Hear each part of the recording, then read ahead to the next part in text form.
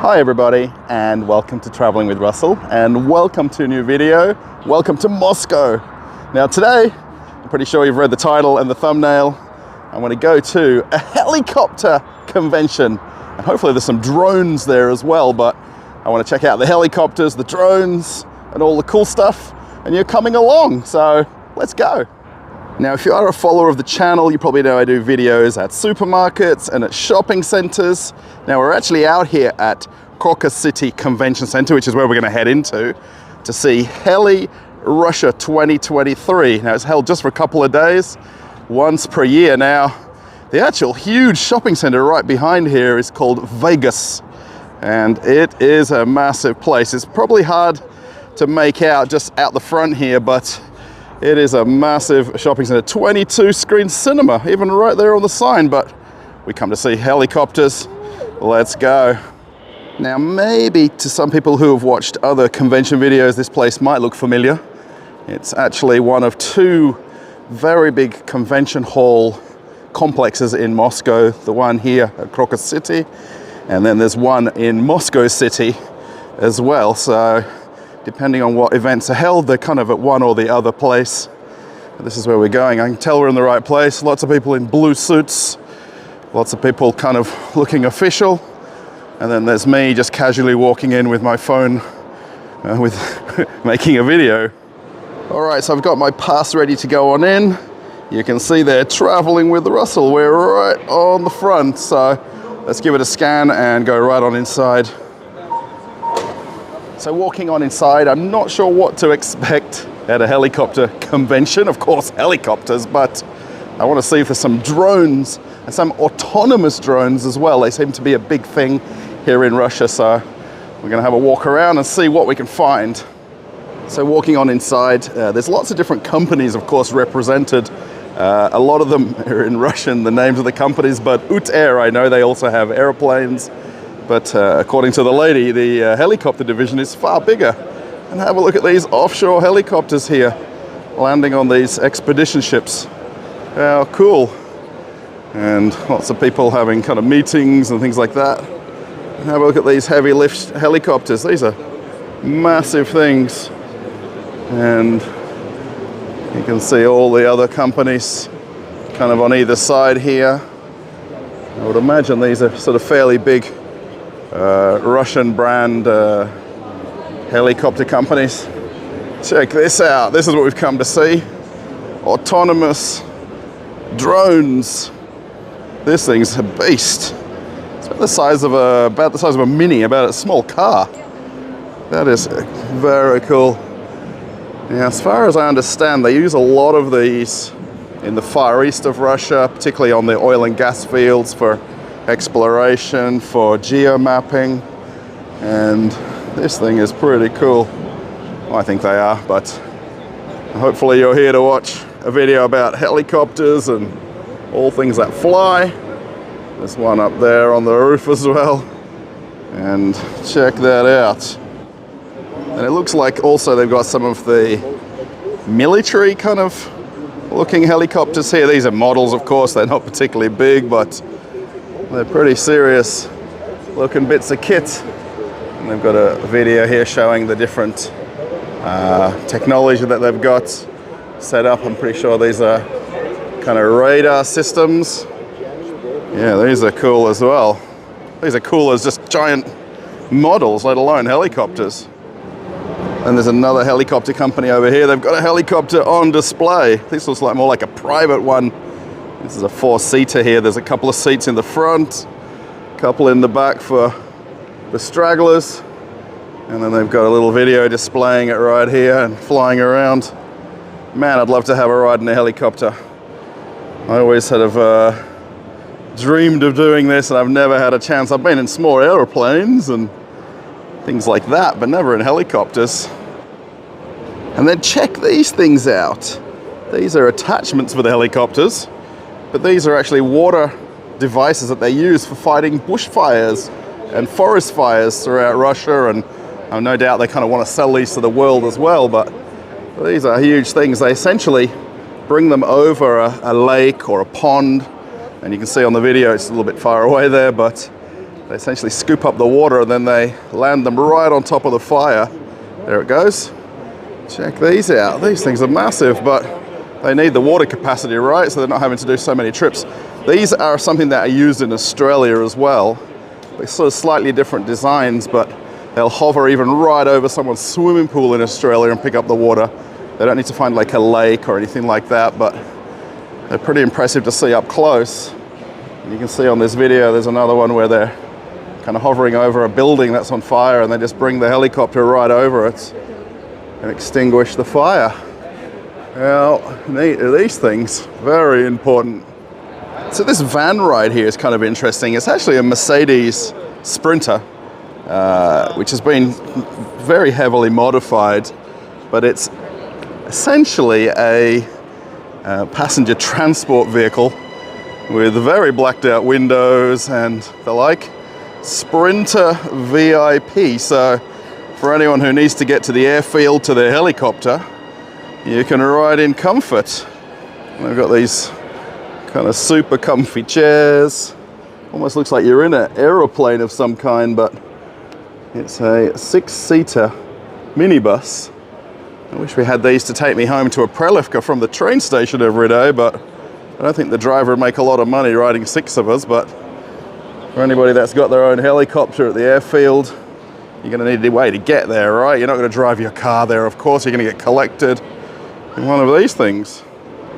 While I'm walking around, I always kind of wonder who are the people kind of looking at these helicopters, and I wonder if it's companies or private businesses, or if it's somebody who wants to come and buy a helicopter. So they come to these conventions to see all the different brands on offer, and they've got the salesman in the front there giving the pitch about it.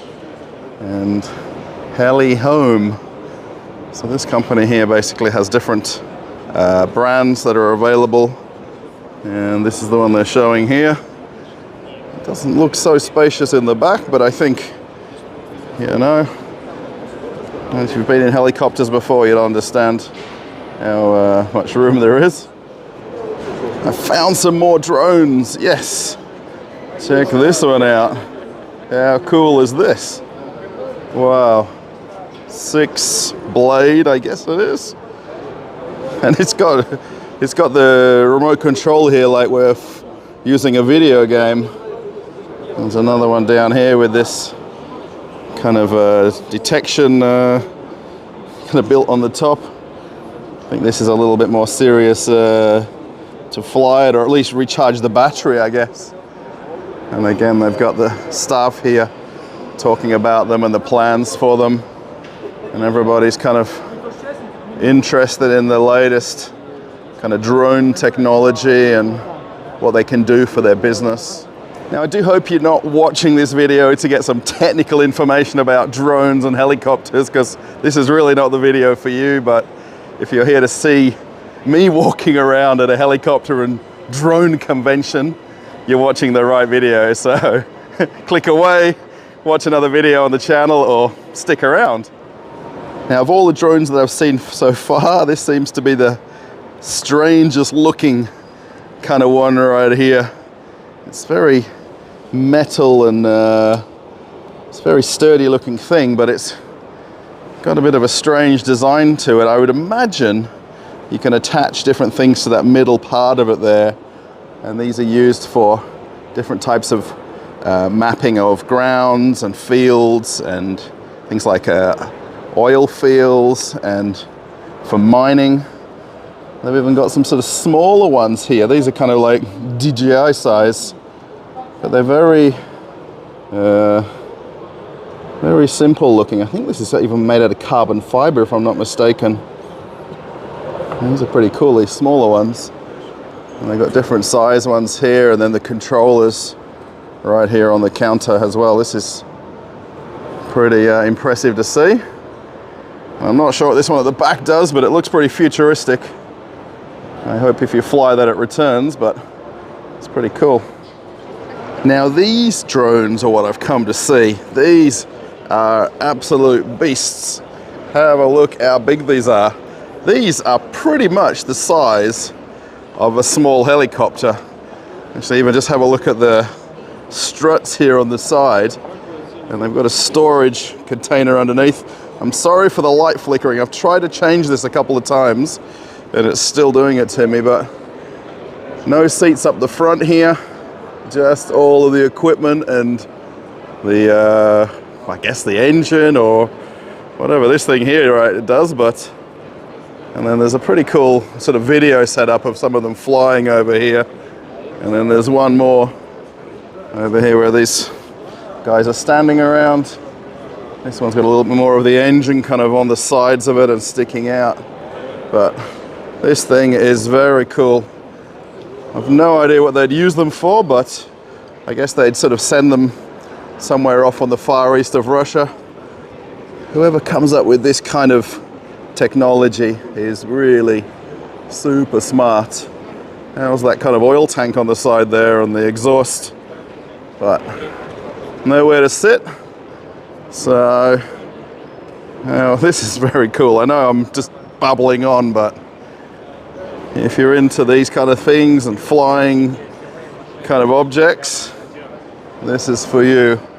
So I've just learned a little bit more about these by talking to some of the staff here rather than walking away just thinking they're cool. Now, I noticed on the side here this Russian flag, and I was kind of curious how much of this autonomous helicopter is Russian made. And they said it's 97% made in Russia, and the only parts that aren't are certain microchips that go into the, I guess, the engine components of the whole thing. So that's interesting for me just to know how much is, and these are made in Moscow region as well, in a facility outside of Moscow, but yeah, 97% Russian produced. And as I get to the back corner of the exhibition, they've got this grey helicopter here. Now this looks fairly familiar in the looks, very traditional and classic looking, and it's actually a company that everybody probably knows very well. Now they've actually got a little video screen right here, and it's actually an Airbus helicopter. And Airbus have essentially the aeroplane division, and they've got a helicopter division. And these are actually Airbus helicopters, and they're imported to Russia through different means, mostly through parallel imports, and they're brought into Russia through third countries, as is kind of a lot of things at the moment. This parallel import program seems to be a thing because they can't directly bring them in through the normal channels. But this is pretty impressive. Now this actual one is an active in-use helicopter. It's actually purchased by somebody here in Russia, and they brought it over as part of the display, and it'll get delivered to their client after the exhibition's over. Now it does actually have a Russian flag on the tail, but that's purely because of the registration here in Russia. But the actual helicopter itself is made and produced in France.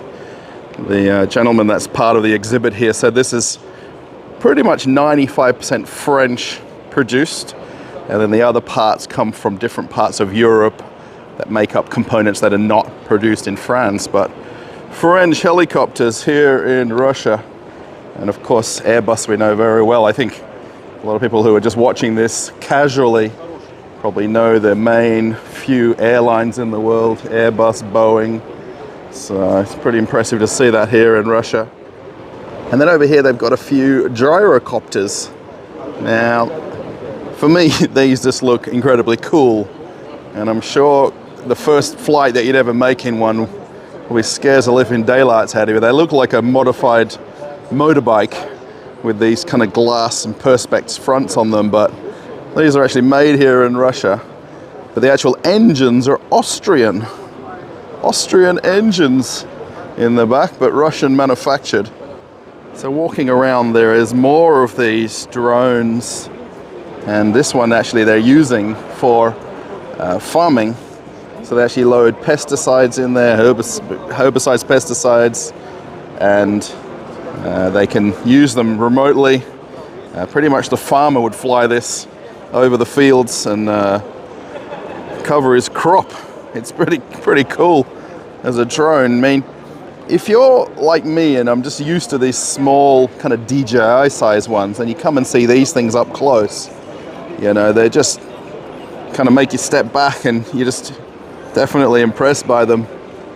There's definitely plenty of people here. Now this is held over a few days, so I came literally on the first day in the morning, so it may look a little bit quiet, but there is definitely plenty of interest walking around.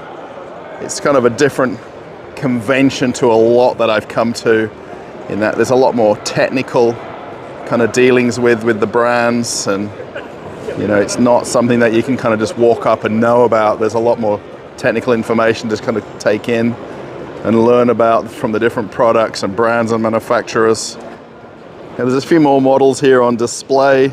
It's kind of an enclosed helicopter here, and then there's a couple more of these gyrocopters. Now I was asking the guys where these are made, so I'm just curious if there's any kind of Russian produced helicopters or drones, and these are actually Italian made. Now the engine is actually from Austria. Now the particular guy giving me the information actually said they're from Australia for a second, and then he corrected me quickly and said it's from Austria. So they're actually Austrian engines, and then Italian made and produced and manufactured, and then imported into Russia. And I've come across more of these. I'm going to keep calling them drones a lot, but I keep getting corrected that they're quadcopters, which essentially is after how many blades or how many propellers they have. And this one's called Filin Aero, and Filin is the bird right here, or the owl. So they're a wise owl quadcopter, and these are actually made and assembled in Russia, but there is a few Chinese parts on there which just can't be kind of, you know, reverse engineered and produced. But these are mostly used for commercial things, like for farmers, for offshore oil and gas, where they want to deliver parts to kind of places that are inaccessible, particularly in winter time as well. The staff that I'm sort of asking questions to here, talking about the fact that they're used in winter in Russia, and that's kind of quite critical with the cold weather and the fact that roads get cut off, and you know, it's not possible to bring in something for a business in a remote area. But these are very impressive, let me tell you.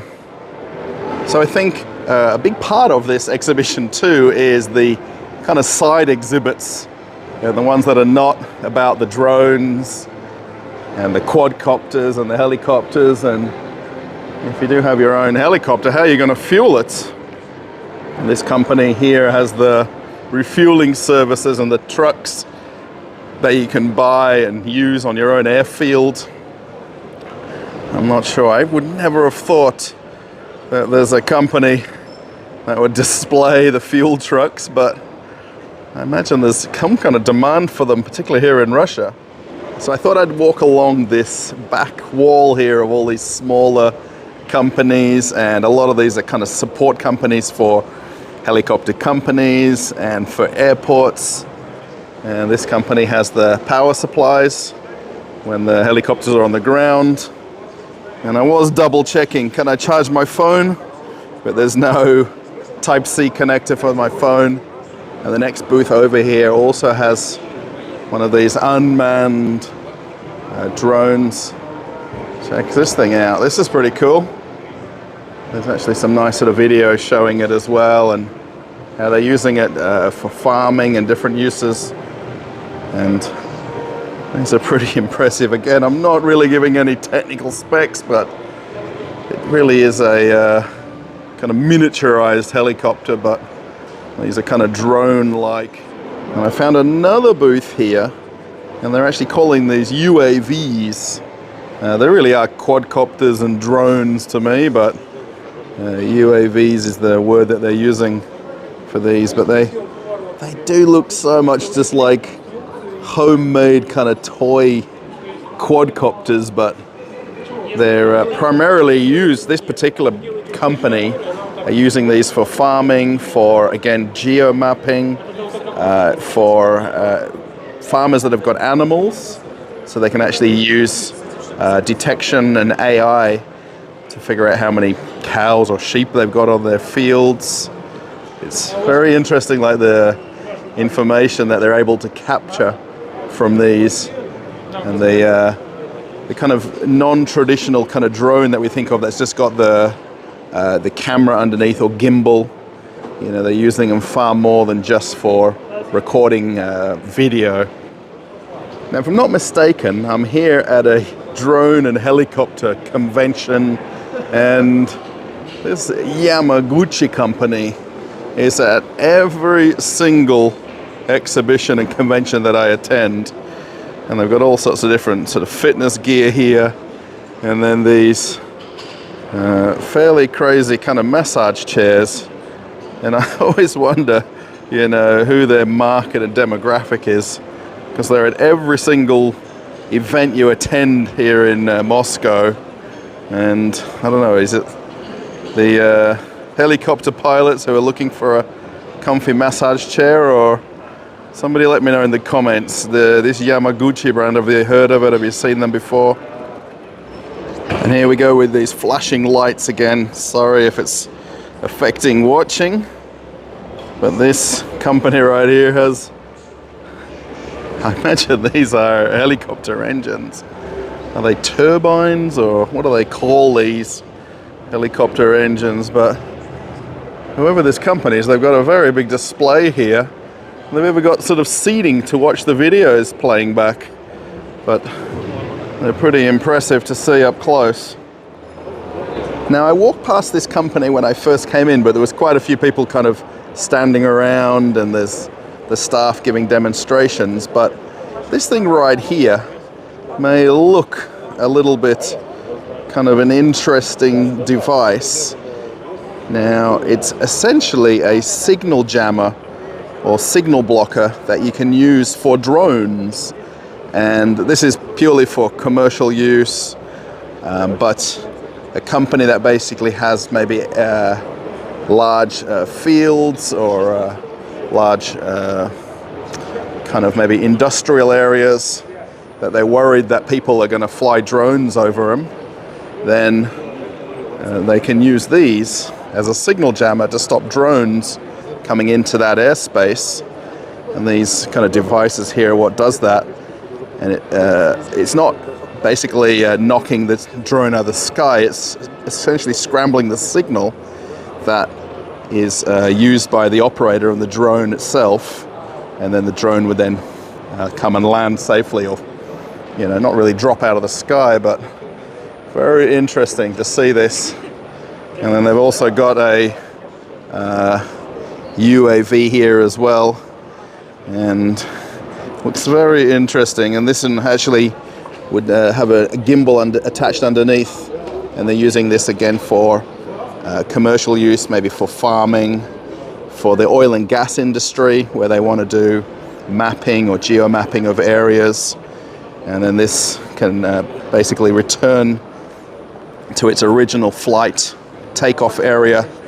But as opposed to a drone with propellers, it essentially flies like a plane with the motor at the back here. You can just see the propellers at the back there, but it's looks very, very not awfully interesting compared to a lot of the others that we've seen today, but the practical use of it is far better than that. Now have a look at this main sort of center walkway here. It's like there's nobody in this middle part, but there is people here. Again, I'm kind of here on the first day, kind of early morning, so more people will come in the afternoon and evening, I would imagine. One thing that's very interesting with all these different displays is the amount of ladies that are here. Now, you kind of think that it's very much a man's domain, but there's a big amount of ladies that are basically interested in what's going on. And also there's a lot of ladies at the booths talking about the different things that are essentially for sale or displayed or part of the company that they're a part of. I just find that kind of very fascinating that, you know, especially the people that I've been talking to, there's a lot more ladies at the booths than just purely guys like we see here, you know, where all the guys are just sort of fascinated by the different pieces of technology on display, but the ladies are here and they're here in force. Okay everybody, we've come to the end of the video and I do hope you've enjoyed this. I know in general these kind of videos don't get the sort of views that some of the supermarket and shopping center videos do, but I enjoy coming to them. I enjoy showing you some of the things that I see. And actually I learned a whole bunch today, probably more than I thought I would coming here. There is quite a lot of the booths where they've got English-speaking staff, particularly knowing that some of the people that might come to these conventions don't speak English. There was people from different countries here, from China, from India, Thailand, who came to this event to come and see and learn about the new technologies here in Russia. So thanks everybody for watching. If you liked it, give me a thumbs up. Maybe instead of the thumbs up, you can give me a propeller up. That's kind of like a thumb, right? A propeller for all the drones and helicopters that we saw. Post a comment, let me know what you think of these kind of videos. Do you want to see more of them? I'm going to go to more of these events anyway, but if you like them, just let me know in the comments. Thanks everybody for being a subscriber. If you've made it to the end of the video, subscribers and channel members, I hugely appreciate your support of the channel.